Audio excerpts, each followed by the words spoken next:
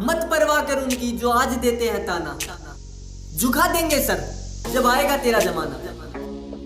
लहरें बन जाए तूफान, कश्ती का काम है बहना। कुछ तो लोग कहेंगे, लोगों का काम है कहना, लोगों का काम है कहना। हेलो फ्रेंड्स, मैं आपका मेरे इस यूट्यूब चैनल जीत के जश्न में स्वागत करता हूँ और उम्मीद करता हूँ आप स्वस्थ एवं जबरदस्त होंगे। आज मैं आपके लिए एक ऐसी इंटरेस्टिंग और इंस्पायरिंग स्टोरी लेके आया हूँ जो आपकी ज़िंदगी बदल देगी। थंबनेल पढ़ा होगा आपने, आपकी ज़िंदगी बदल देगी ये कहानी। जी हाँ, आपने सही पढ़ा है थंबनेल, क्योंकि इस कहानी में मैं आपके उस सबसे बड़े रोग को, उस सबसे बड़े कारण को खत्म कर दूंगा जिस रोग ने दुनिया के 95% लोगों को खत्म किया है। लोगों को नहीं, उनके सपने को खत्म किया है। उन सपनों को सपना बना के रख दिया इस रोग ने। यह कोई ऐसा वैसा रोग नहीं है, ये कोई ऐसा वैसा कारण नहीं है। इस रोग की, इस कारण की डॉक्टरों के पास कोई भी इलाज नहीं है सिवाय अपने के। हम स्वयं इसकी दवा है और कोई भी इसकी दवा नहीं है। तो मैं आज उस सबसे बड़े रोग की, उस सबसे बड़े कारण का जिक्र करूंगा जो कारण दुनिया को बर्बाद कर रहा है, 95% लोगों को बर्बाद कर रहा है, उन्हें सफल होने नहीं दे रहा है। तो बने रहे वीडियो के अंत तक। कहानी को स्टार्ट करते हैं। कहानी बहुत ही इंटरेस्टिंग है। एक गांव में एक मोहन नाम का व्यक्ति रहा करता था। मोहन एक किसान था।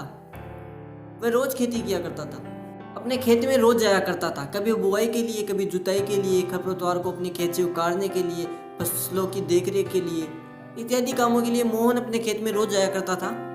उसके परिवार में 6 सदस्य थे। मोहन स्वयं, खुद, उसकी वाइफ, उनके 2 बच्चे विजय और राघव और उनके दोनों माता पिता। अगर बच्चों की मैं बात करूं तो छोटे बच्चे का नाम विजय जिसकी उम्र 3 साल और बड़े बच्चे का नाम राघव जिसकी उम्र 7 साल। दोनों बच्चे शैतान और नटखट प्रवृत्ति के थे।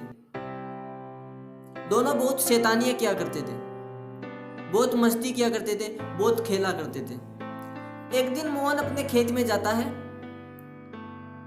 फसलों की देखरेख के लिए, सिंचाई के लिए, लेकिन पीछे से उनके दोनों बच्चे विजय और राघव दौड़ते हुए खेत में पहुंच जाते हैं अपने पिता को बिना कुछ बताए, और वो एक खाली जगह देख करके वहां पे खेलने लगते हैं। उनके हाथों में एक बॉल है जिससे वो खेल रहे हैं, और उनका खेल का नियम कुछ इस प्रकार से है। छोटा बॉल को भगाता बड़े की तरफ और बड़ा उसको कैच करता, राघव उसको कैच करता, और कैच करने के बाद राघव फिर उस बॉल को भगा देता विजय की तरफ, विजय कैच करता फिर राघव की तरफ भगा देता। खेल का सिलसिला कुछ इसी प्रकार से चल रहा था, खेल कुछ इसी प्रकार से आगे बढ़ रहा था। इधर उनके पिता मोहन अपने खेत में संपूर्ण काम को निपटा करके, संपूर्ण कार्य को निपटा करके, खत्म करके अपने घर पे वापस चले जाते हैं। आसपास के सभी किसान धीरे धीरे अपने घर पे जा चुके थे सिवाय उन दोनों बच्चों को छोड़ के, क्योंकि दोपहर हो चुकी थी। वह दोनों बच्चे इतने मस्त थे खेल के अंदर कि उन्हें यह पता नहीं था कि आसपास के सभी लोग और उनके पिता घर पे जा चुके हैं। अब उन दोनों बच्चों के खेलते खेलते ये होता है कि अचानक विजय के हाथों से, विजय बहुत छोटा था, 3 साल का था, उसके हाथों से बॉल छूट जाती है और लुढ़कती हुई दूर कुएं में गिर जाती है। दोनों बच्चे भागते हैं, दौड़ते हैं और देखते हैं कि बॉल कुएं में गिर चुकी है। दोनों निकालने का प्रयत्न करते हैं लेकिन असफल रहते हैं। फिर राघव उस कुएं की दीवार पर चढ़ जाता है और फिर निकालने का प्रयत्न करता है, लेकिन अचानक उसका पैर फिसल जाता है और वो कुएं में गिर जाता है। विजय बाहर से जोर से चिल्लाता है, चीखता है, सहायता के लिए पुकारता है, लेकिन आसपास में कोई भी व्यक्ति मौजूद नहीं थे जिससे कि वह उनकी आके सहायता कर सके। वो एक बार फिर सहायता के लिए पुकारता है, लेकिन कोई भी व्यक्ति उनकी सहायता के लिए नहीं आते हैं। विजय हार नहीं मानता है, वह अपनी नजर आसपास में घुमाता है। उसकी नजर एक ऐसे स्थान पे आके अटक जाती है जहां पे एक बाल्टी रखी थी जिसके रस्सी बंधी हुई थी। वह तुरंत रस्सी सहित उस बाल्टी को उठाता है और कुएं में डाल देता है और अपने बड़े भाई राघव को कहता है, तू इसे पकड़ ले, मैं तेरे को खींचता हूँ।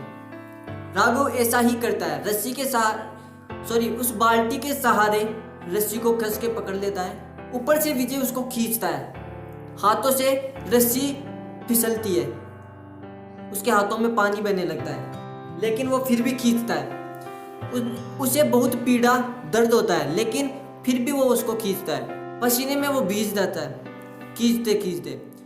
वो राघव को तब तक खींचता है जब तक राघव कुएं से बाहर नहीं आ जाता। राघव का कुएं से बाहर आने के बाद दोनों भाई गले मिलते हैं और खूब रोते हैं और दौड़ते हुए घर पहुंचते हैं। घर पे जाने के बाद घर वालों को सारी बात बताई जाती है, लेकिन घर वाले इस बात पे यकीन नहीं करते हैं कि एक 3 साल का लड़का 7 साल के लड़के को किस प्रकार से बाहर निकाल सकता है। तुम झूठ बोलने लगे हो। एक 3 साल का लड़का 7 साल के लड़के को नहीं निकाल सकता। क्या आप मुझे बता सकते हो? मैं आप ही से बात करूंगा जो इस वीडियो को इतनी ध्यान से देख रहे हैं। क्या आप मुझे बता सकते हो कि एक 3 साल का लड़का 7 साल के लड़के को किस प्रकार से बाहर निकाल सकता है? ऐसी कौन सी शक्ति उसका साथ दी होगी, ऐसा कौन सा उसके अंदर पावर था जिसकी वजह से वो 7 साल के लड़के राघव को बाहर निकालने में सफल हो पाया? क्या आप मुझे बता सकते हो? क्या भगवान ने आके उनका साथ दिया या किसी और इंसान ने आके उसका साथ दिया जिसकी वजह से वो 7 साल के लड़के राघव को बाहर निकालने में सफल हो पाया? मुझे मालूम है इस कहानी का आपके पास कोई उत्तर नहीं है, क्योंकि इस कहानी का आपके पास अगर उत्तर होता तो आप आज यहाँ पे उपस्थित नहीं होते। कब का सफलता को हासिल कर चुके होते, उस सफलता के पहले दरवाजे को आप कब का खोल चुके होते। चलिए मैं बताता हूँ इस कहानी का उत्तर क्या है कि एक 3 साल का लड़का 7 साल के लड़के को बाहर किस प्रकार से निकालने में सफल हो पाया। तो सुनिए, क्योंकि वह 3 साल का बच्चा विजय उस 7 साल के बच्चे राघव को निकालने में सफल इसलिए हो पाया क्योंकि उसके आसपास में ऐसा कोई भी व्यक्ति मौजूद नहीं था जो उसे एक बार भी ये कह सके कि तू ये नहीं कर सकता, क्योंकि तू अभी 3 साल का है। तेरी उम्र कितनी है अभी? तेरे में वजन उससे बहुत कम है, तुझसे कहीं ज्यादा वजन है उस राघव के अंदर। पावर वजन नहीं है तुझ में अभी तक ठीक से। तुझसे तेरा स्कूल का बैग अच्छे से नहीं चलता और बात करता है उसे निकालने की। तू ये नहीं कर सकता, तू नहीं निकाल सकता उसको। मैंने बोला ना, तू नहीं निकाल सकता। इत्यादि शब्द उनके कानों में, उस विजय के कानों में इस प्रकार के शब्द पहुंचाने वाला कोई भी व्यक्ति वहां पे मौजूद नहीं था। इसी कारण से विजय इतना सफल हो पाया। वो अपने बड़े भाई को कुएं में से निकालने में सफल हो पाया। बस यही कारण है और कोई कारण नहीं है। ऐसी कोई शक्ति उसके साथ नहीं दिया, ऐसा कोई भी उसके अंदर पावर नहीं था कि वो उस राघव को निकाल सके। बस केवल एक यही कारण था क्योंकि उसके आसपास में ऐसा कोई भी व्यक्ति मौजूद नहीं था जो उसे एक बार भी ये कह सके कि तू ये काम नहीं कर सकता। बस बात खत्म। अरे दुनिया का सबसे बड़ा रोग कैंसर, टीबी, डायबिटीज या कोरोना नहीं है, बल्कि दुनिया का सबसे बड़ा रोग क्या कहेंगे लोग है? जी हाँ, world of biggest disease, what से यू पीपल। दुनिया का सबसे बड़ा रोग मेरे बारे में क्या कहेंगे लोग? बस यही दुनिया का सबसे बड़ा रोग है।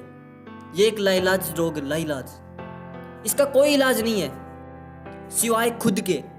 यह एक ऐसा रोग है जिसको उत्पन्न भी हम स्वयं ही करते हैं और इसको खत्म भी हम स्वयं ही कर सकते हैं। बाकी कोई भी इस रोग की दवा हमको नहीं दे सकता।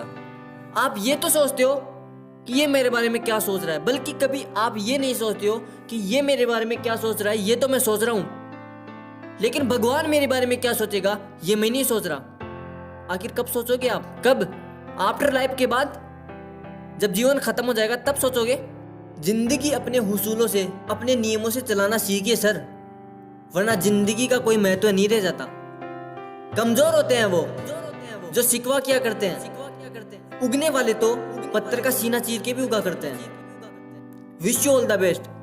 Thank you. जय हिंद। मिलते हैं नेक्स्ट वीडियो में।